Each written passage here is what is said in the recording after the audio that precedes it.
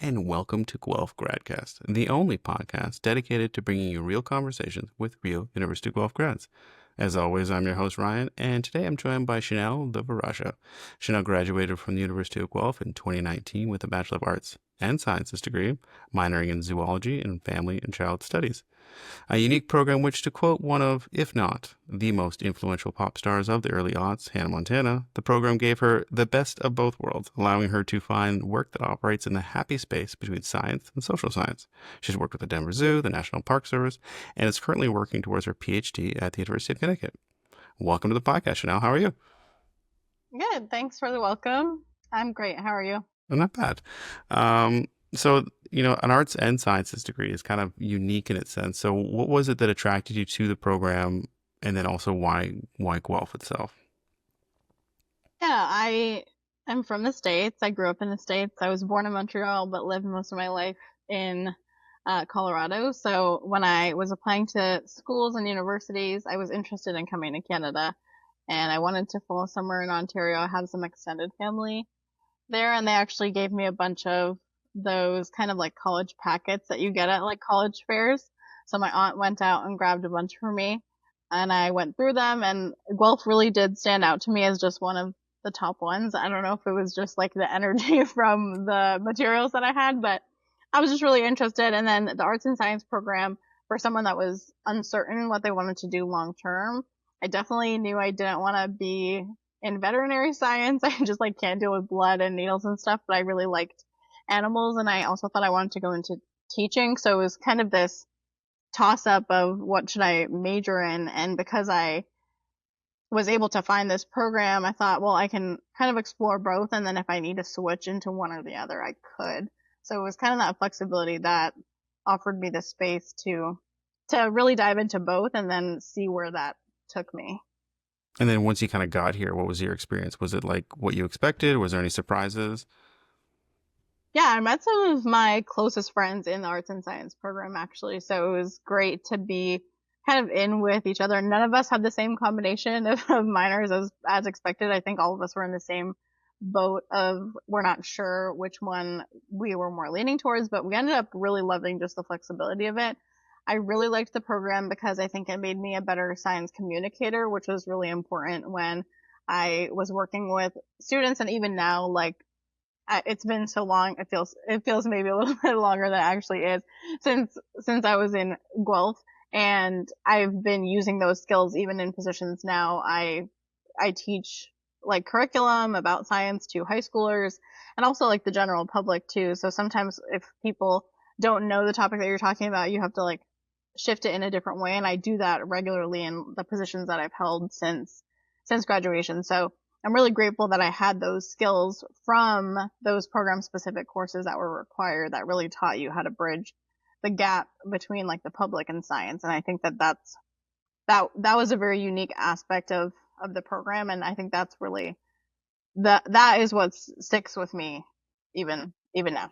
That's a really important and valuable skill because I think sometimes the general public can be like turned off by science. And to be fair, some scientists aren't the best at communicating what they do, and it's not very compelling or convincing. But I think for me, like I love science, but I'm an art student. But my window into science came from people like Bill Nye, or people who can like communicate well and kind of express like these scientific ideas in a way that's entertaining, or at least you can understand it and kind of get it.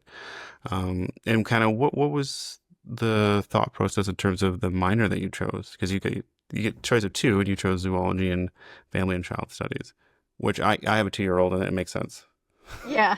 So Well, yeah. So I think going into it, I was lucky enough to take a high school zoology class, which is not standard. I think we had a teacher in our school that really liked animals, and so she was able to offer this course, and I took it, and that was probably the best grade that I got in high school because I didn't feel like work to me to learn about different types of animals, and it was just really fascinating. So I almost declared that immediately. I didn't declare until my third year, but in my head I was like, oh, I'm doing this. It was kind of locked in my brain, and I really enjoyed the coursework. I really loved invertebrate morphology and evolution, which I'm sure is probably still taught. It was required, but I love invertebrates. I still work with invertebrates. I teach high schoolers. I take them out and we do like aquatic macroinvertebrates in streams, so tell us about like the health of a stream. So those are all super useful foundational courses for me. And then, so that was just something that I declared, and I knew I just was set on it because I knew that I liked learning about like the life paths of animals, and so that was I didn't actually know where it was going to take me, but I was like, I'm just going to do it and hope for the best. My family and child studies minor, I think there was a couple that I was thinking about. I was thinking about sociology, psychology, geography. Those were other ones that kind of were in my brain. Um, but I took this class and it was kind of random. It was the psychology of death and dying. And it's like so far beyond what I do now, but I was just really interested in like just everyone's life path, right? We were learning about how at age 16 people often lose someone that's like like very close to them in their circle, and I was thinking about, these systems that are put in place um like for grieving, and how we could be better to support these people like in their education. And that's kind of what I'm doing now, right? Is like in my PhD program is thinking about how we can retain people and like best support people to keep them in positions or in an organization. And so that was really fascinating to me, and I liked that course. But I was thinking about taking courses more like it, and more of those courses were offered within the family and child studies I guess like drop down menu on whatever the platform is now. But yeah, I really enjoyed family and child studies because I was able to learn about different age stages, which has really helped me in my career, because now I work with high schoolers, and I actually wanted to be a high school teacher for a hot second, probably not more than a couple of months, but I didn't know what I wanted to do. But I really, really like it now. But I've also worked with young adults, like undergrad and grad students. I still babysit on the side. I love working with little kiddos too. So it was very helpful to me to learn about like the human experience, to be able to work with a variety of different people. Yeah, that's really interesting. Yeah, there's so much there. Like when you're talking about like death and dying, that's really fascinating too. This idea that, it's all something we know that's going to happen to us. It's going to happen to the people we care about, but we don't really talk about it in a way that's maybe practical. It's like, take some time off and do what? How do you talk about it? How do you? And I think too, for me, my introduction to death came from like having pets, and I found that actually helped me as I grew up, because it helped me understand how life is precious and all that. Um, and so you're in the program. Is there anything like that really, even now, that you look back and like, oh, that really stood out to me in terms of the program, or even just the people you met and the experience being on campus? Yeah, there was a couple of classes, and that stick out to me as important. And there was one where, again, I can't remember the name because it's been so long now, but we were learning about how to communicate science to the public. And I don't remember what it was called, but we had like examples with Chernobyl. We had examples with like lobotomies, and how the public perceives science and how it's presented matters.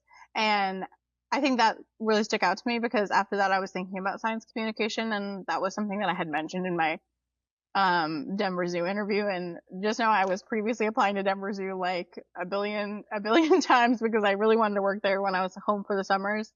And I got to my interview and with them, and I was like, hey, I really don't have work. I don't have work experience in this field. I don't, like, just quite frankly, I worked at a cookie store. I worked at Old Navy. This is what I have to offer you.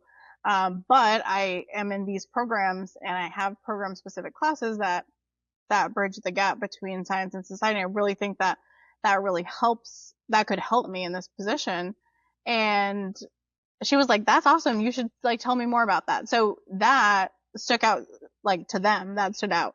And so I think it empowered me to like use it to my advantage, and I have been since then, because I think it's a unique skill to be able to do that and be able to think that way. I think it's like a framework and a mindset, more so than like if you are so used to like scientific writing, it can be hard to pull away from that and make like a blog post, right? That's like general.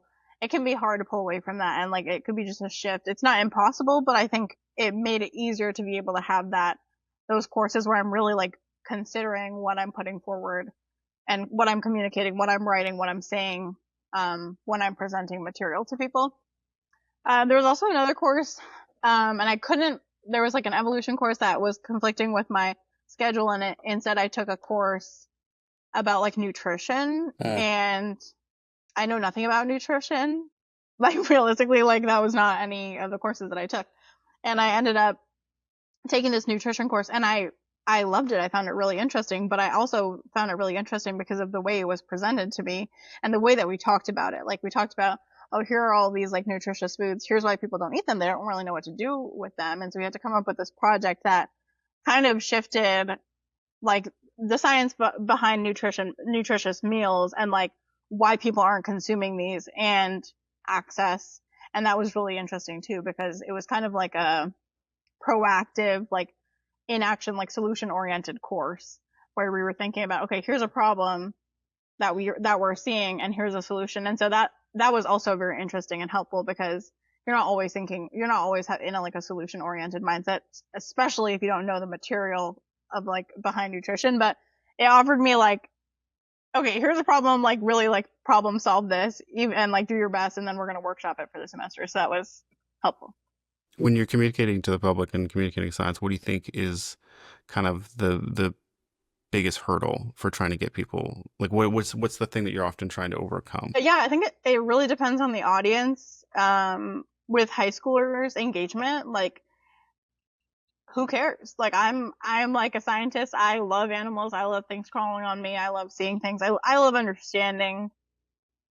I love understanding like animal science and like zoology, and I love how like animals can tell us about ecosystems. And so no one is going to think the same as me. And maybe a few people might, but like realistically, I'm coming in talking to in what I do now. I go and I present this information, and I'm okay with it. If they're not into it, that's okay. But I want to make a program as engaging as possible. So for me, I really try to like capitalize on the fact that we can go outside and we can like see these things, and this is what real scientists do in the field. You're doing that today, and it's how easy is that? And like you can do, like all you need is a net and some boots, and go out there and like see the creepy crawlies, and then you can figure out what they are. Even take a picture and like upload it to an app, and the app will tell you what it is. So like getting people outside, that's really the way that I start my current sessions in my work now. But engagement can be challenging, and I think that's why you have to bring people um in different ways, and it really does depend on the age group. I like to do like trials with my peers and like make them pretend that they're like a certain age group. And that does help. But I think that can be challenging, but you have to understand that not everyone thinks the same way as you. Yeah, I think as someone who works in communication, I think sometimes the biggest limitation that some people don't perceive is like that other people don't know what you know or understand it in the same way or think about it the same way. Like, I think oftentimes people think if you just throw a bunch of facts at someone, they're just going to see the facts and suddenly be persuaded. But most people don't come to their beliefs because of facts. It's usually a feeling or an emotion, and it's kind of meeting them where they're at, and presenting it in a way that relates to them and, builds that engagement like you talked about. Um, was there anything outside of academics that you really enjoyed about your time at Guelph? I love Guelph. That's like somewhere that I would totally live. I love the downtown area. There used to be a grilled cheese place that is like no longer there, which is really tragic. Um, Canada's different. Canada's different. Like I live in Connecticut now, and I visit Colorado frequently. So there's a bunch of things I miss about Canada. I love coffee crisp. I love Tim Hortons. Can't get those things here. But I just love the community of Guelph. I loved being able to go downtown and have it not be like super chaotic. I loved going out with my friends, seeing live music. That was really something that I'm missing here. Like, it was so nice to be able to go out and like see live music whenever we were downtown. That's basically what we try to do every weekend. I also loved the campus. I felt like it was the perfect size for me to walk around and explore new places and sit outside. It's just beautiful. That's another reason which is probably a bad reason to choose a school, but I was like, oh my god, look how beautiful it is, and all these I mean, like you got to spend pamphlets a that lot of I time got. there. So, Yeah, what? 4 years or more. So yeah, I really loved Guelph. I loved the community. It felt like the perfect size school for me because it felt like everyone was very welcoming. There was like different people from different locations, and they were telling me about Canada. I also really appreciated I was technically an international student, so I arrived earlier than other students that were Canadian, and so I was able to meet um folks from New Zealand and Japan, and we were able to to spend that week kind of connecting with each other on this shared, like, we just moved, like, holy crap. And then have, like, other people come in, and we kind of already had connected with people that had that, like, same experience. I really appreciated that because it felt, like, less overwhelming than, like, okay, I'm just getting thrown in with all these people. So, yeah, I can't say enough good things about it. I actually looked for PhD programs in Guelph too, so I would go back if the path goes that way. I mean, I may be biased because I'm born and raised in Guelph and went to University of Guelph. So I'm like, yeah, of course, Guelph's the best. um, and so like you went through the program, and I touched on a little bit in the intro, but I think you've had some pretty kind of unique job experiences. How did your time at Guelph kind of influence that or help you in the roles that you had? Yeah, like I mentioned that interview, um, where I talked about the program, that's probably the reason I got the job, because I wasn't going to talk about Old Navy realistically or baking cookies. I was not going to apply to a zoo. But I said, I have these foundation classes, and then also if you're having me speak to the public about these animals and like do programs for kids, like these are the tools that I have and I'm learning that I'm gaining from my program that I could use in this position. And that helped me in more than one position. When I interviewed for my master's, I also mentioned this as well. I said, like, I'm really interested in this kind of balance. I did a master's of science, and that was a hesitation that I had, right? Because I was lucky enough to do this arts and science thing. So then when I was like, am I getting put into a box right now? I was like, oh no. But there was nothing that was both that I could see, like, in my radius. And so I did a master's of science, but I was very clear that I'm really interested in social science. So like if I can shift some of my work this way, I would love that. And they were like, that sounds awesome. You should. And I did that for my capstone. My chapters were focused on like human wildlife conflict. So I was able to keep some of that, like, perceptions of grizzly bears. Why are people scared of grizzly bears? Is it like a past thing? Like how do we encroach on their habitat? Like what's that relationship like? And then I talked about wildlife trade as well. So I was able to use it to my advantage in a lot of ways. The most recent position I had, I was working with the National Park Service on internship programs. I was employed by a nonprofit, but my salary was funded by like federal funding, and we facilitated these internship programs for underrepresented students and young adults in the conservation field. So I would work with national park sites to train them on like how to best support an intern that might not look like the rest of your staff. And yeah, interview, place these students, and then mentor them through their positions and get them gear and all that good stuff. And it was tons of fun. I mean, I was really able to exercise both sides of my degree and sides of my interests. They were doing projects that were focused on our natural resources. So some of them were doing bird banding, some of them were doing fisheries work, some of them were doing plant work. And it was so fun. I would be able to visit some of them and like see them in action. And then the social science part of it is like I'm mentoring these students, I'm understanding their experiences, I'm trying to change like the demographics of the parks. I mean, of like natural resources and science. So how can I communicate that to these supervisors so that their staff is more accurately representing what the United States looks like? And so some of these positions, like some of these students are actually now employed with the National Park Service, which always makes my heart happy because I love to see that, like, that transition. But I really think that me having both sides of both lenses has helped me, because I also have to think about the science, like what science they're contributing to as well. I think it's such a cool option and opportunity. I think if it was around when I went to school, I think I for sure would have either done it or considered it, because it's often you're kind of told, well, either you get into the arts or you do the sciences. And it's like, are you sure you want to do the arts? Because when, it's kind of one of the job outlook, but you should do hard science. But really it's the both, like, you kind of need a little bit of everything. And so now you're working on your PhD. Would you want to talk a bit about what you're working on and how that is going? Yeah, sure.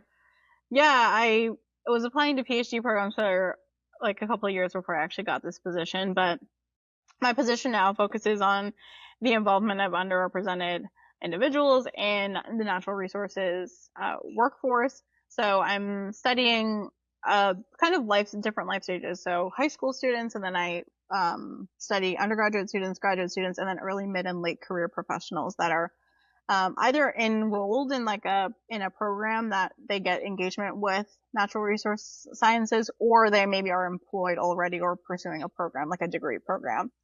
And so my questions are, what barriers and motivators are there to pursuing a career in this field, right? Like some people perceive it as, I'm not going to make any money, right? Some people perceive it as, there's no one that looks like me here, I don't want to do it. Some people perceive it as, I have to be outside all the time, climbing rocks, like in the heat, and I'm like 80% an inside person. I always tell the students I work with that, because like I had a girl, we were cake netting, we were in the river, and she was like, "This is your job?" I was like, "No, my job is actually to do this for you guys, and like I'm out here with you guys, and it's just a fun way to break up my week."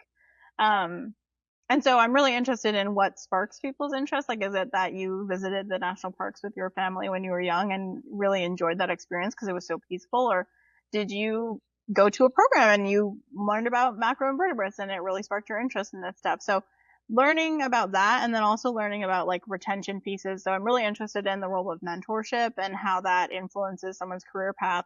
I'm also really interested in mentorship by someone that might have a similar or shared identity to you. So if someone may be feeling isolated, for example, like in those park service positions, if someone was maybe like the only person of color there, would it have helped them to have a mentor that might also have that same discomfort or experience so that they can relate on that level? And does that mean it's more successful mentorship, or does it mean something different? Or does it not matter?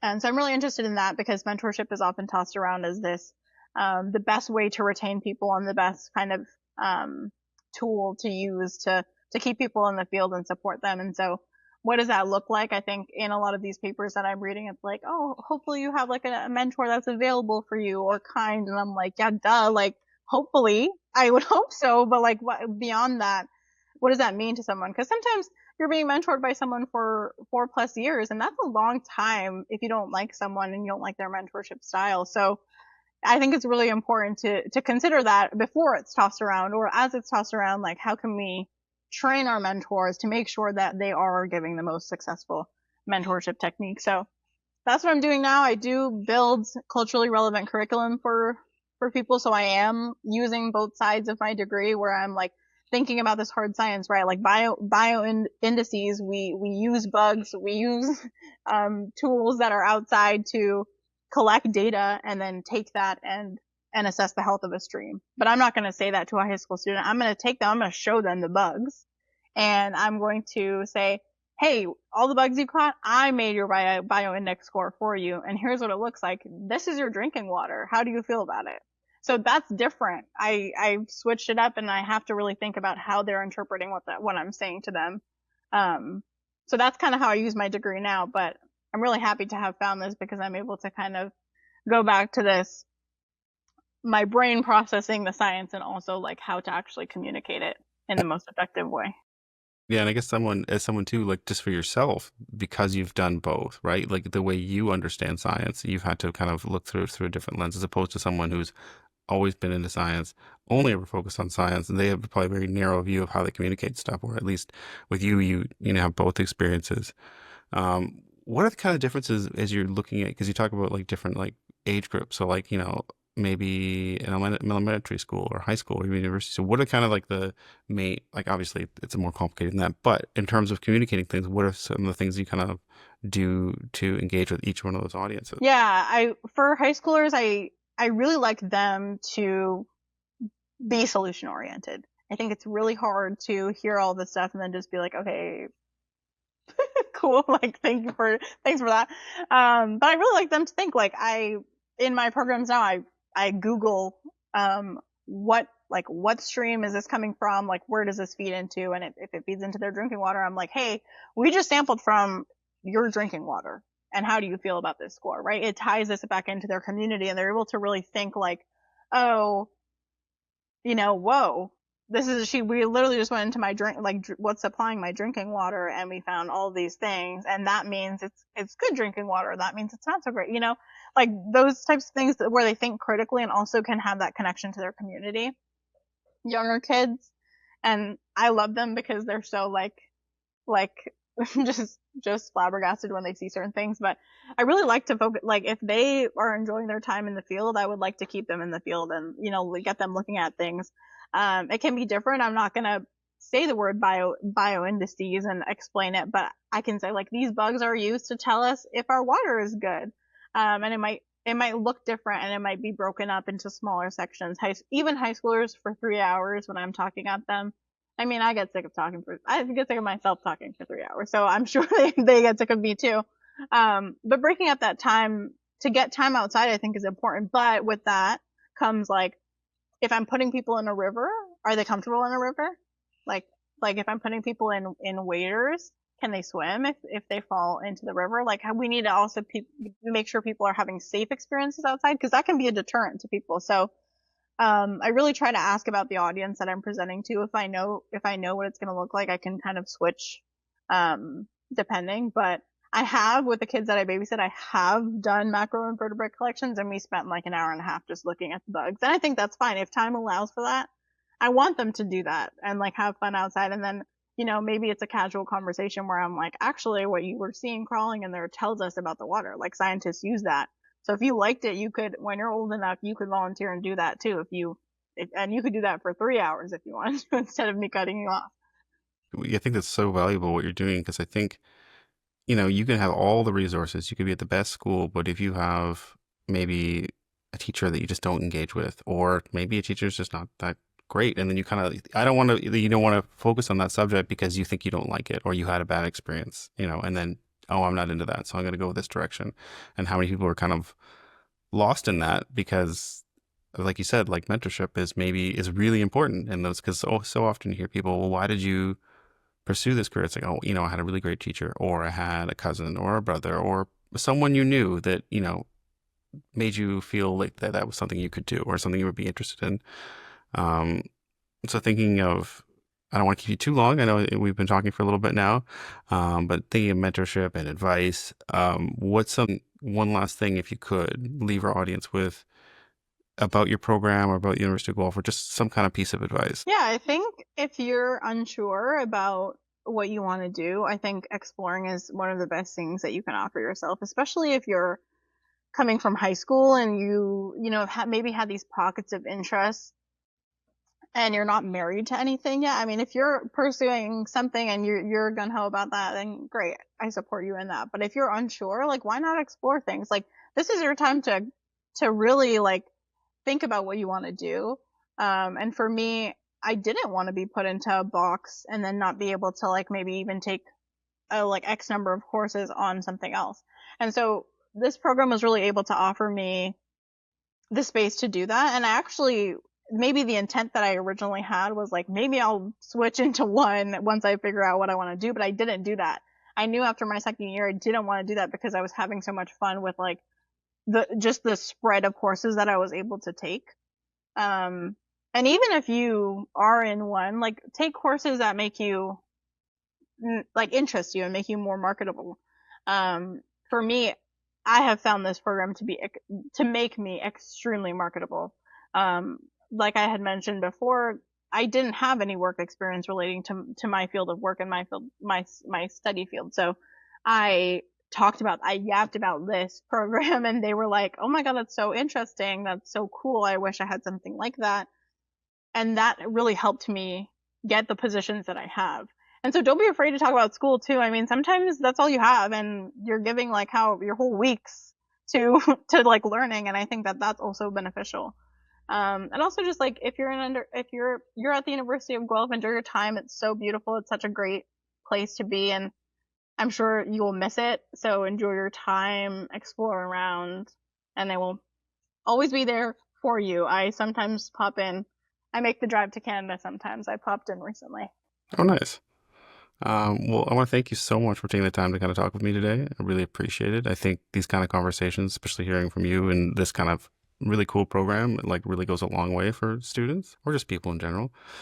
So if you like what you heard today, please like and subscribe, maybe drop us a review. And if you want for the latest updates, you can follow us on all our socials, or for more info, you can always visit uofguelph.ca, and I'll put all the links in the show notes.